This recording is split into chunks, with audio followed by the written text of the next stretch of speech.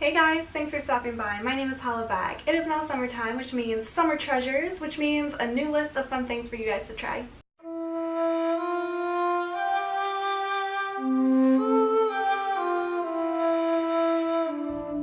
Alright guys, per tradition, we're going to start with beauty items. So I'm going to start with my new favorite summer fragrance, and that is from the Bath & Body Works line, the Waikiki Beach Coconut.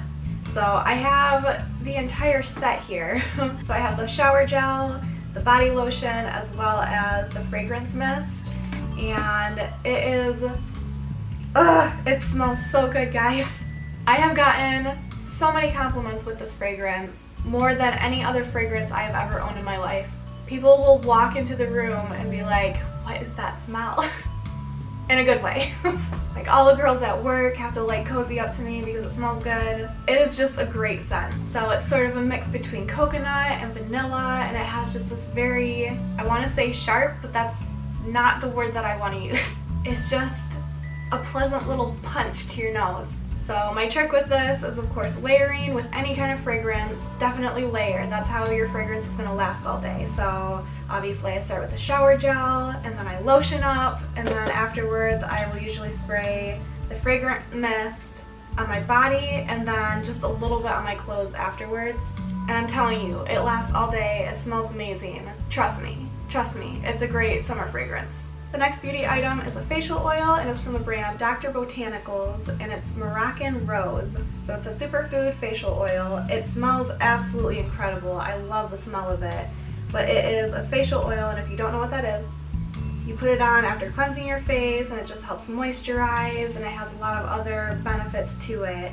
And I've been using this alternating days with my anti-aging cream, because that cream I feel like is a bit stronger. It's meant for a lot older women than me, so I'll just use that every other day, and then I'll use this in between. And I feel like that's a pretty good system for me so far. I, strangely enough, love the feel of it. It's kind of tacky, which normally is a very unpleasant feel, but then once the tackiness goes away, it's just so smooth and soft, and it feels absolutely wonderful. And the last beauty item I'm sharing with you guys, I'm sharing, one, because obviously I really like it, and two, I need your help. I need help finding this because I cannot, for the love of God, find it anywhere, and it is driving me nuts. So maybe you guys know of it already or have seen it somewhere, and if you have, you better let me know down in the comments. It is the Intense Hydrating Spirulina Mask. It's from the brand BioRace, and I love this mask. For starters, it smells incredible, and you guys know I love good scents. This is amazing. Past that, this is probably the best facial mask I have ever used. I don't know what the heck is in it, but it loves my skin. The problem is, this is the last one I have, and I don't know where to get it. I originally got this in my Ipsy bag. I got 2 of them. And you would think, hey, Ipsy would probably have it. Well, no, they don't. They don't have it. What's up with that, Ipsy? I swear, I've looked everywhere. Help, guys. Help me find this. And when you find it, buy a couple for yourself, because trust me, this is a really good mask. Alright, let's move on to snack, guys. So listen up, my keto folks, because I have a pretty good treat to share with you. So if you're watching your carbs or you're watching your calories, but you still like ice cream and you still hate hot weather, then I would strongly recommend that you give Enlightened a try. Now, this isn't specifically for keto, but let me just read the ingredients to you. By the way, this is the birthday cake flavor, in case you were wondering. It has 70 calories total. Total carbs is 15 grams. However, 5 of those are dietary fiber, and another 5 is erythritol, which is a very common keto sugar substitute. 5 net grams of carbs per 1 treat. I think that's pretty good, and I think that's very manageable, especially for a summertime treat.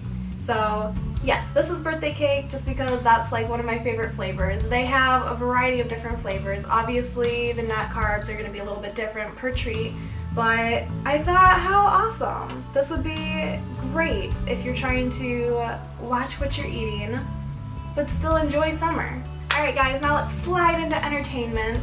And this time around, I actually have a book to share with you guys. Normally, I don't share books because I don't really read a lot that I think other people would enjoy. But this one, I feel like there would probably be more of you guys willing to read it. And it's called The Last Policeman.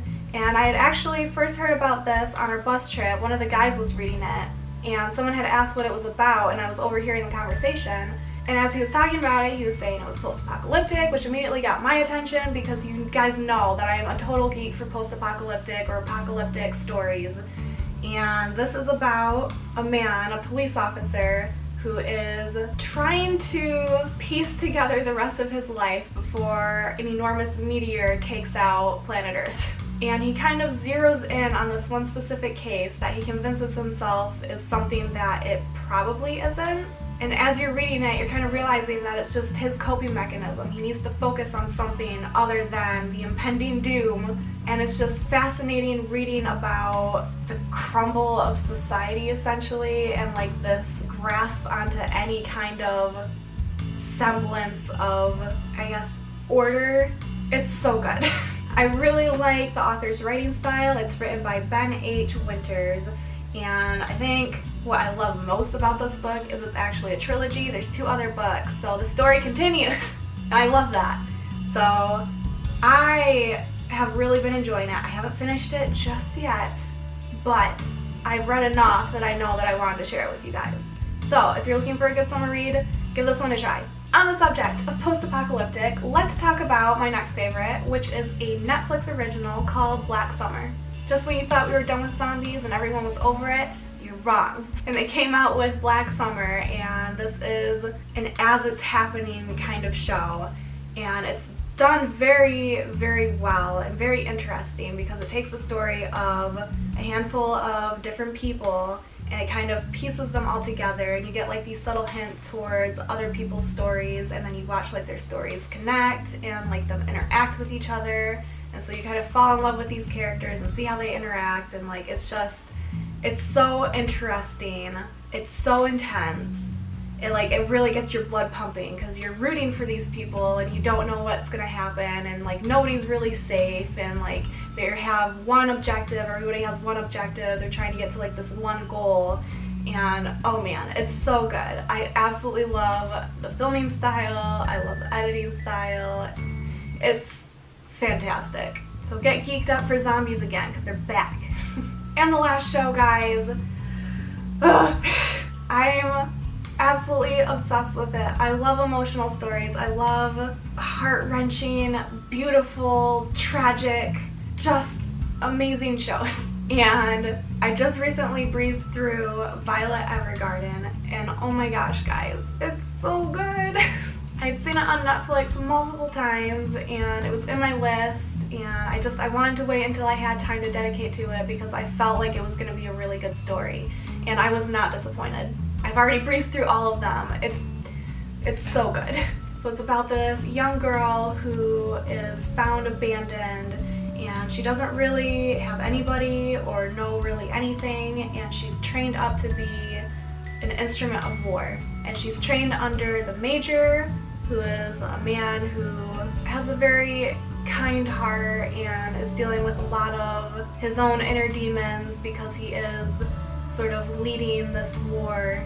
And eventually the war comes to a conclusion, and she's left trying to piece together some semblance of a life and try and create her own being, because until then she had only ever fought. That's all she ever did. And part of it is she gets separated from the major, who is the only family she ever really had, and trying to understand emotionally how she feels about him, about the situation, about being separated from him. And she does this by sort of pulling from other people's lives and working as an auto memory doll for a mail delivery service. So it's all these little like cherry-picked stories from her time as a writer and her piecing together and understanding human emotion. It's so good. It's so emotional. It's absolutely beautiful. The soundtrack alone is so good. In fact, I mean, this video is probably gonna get claimed for it, but I'm gonna play a clip of one of the songs, one of the soundtracks. It's so good.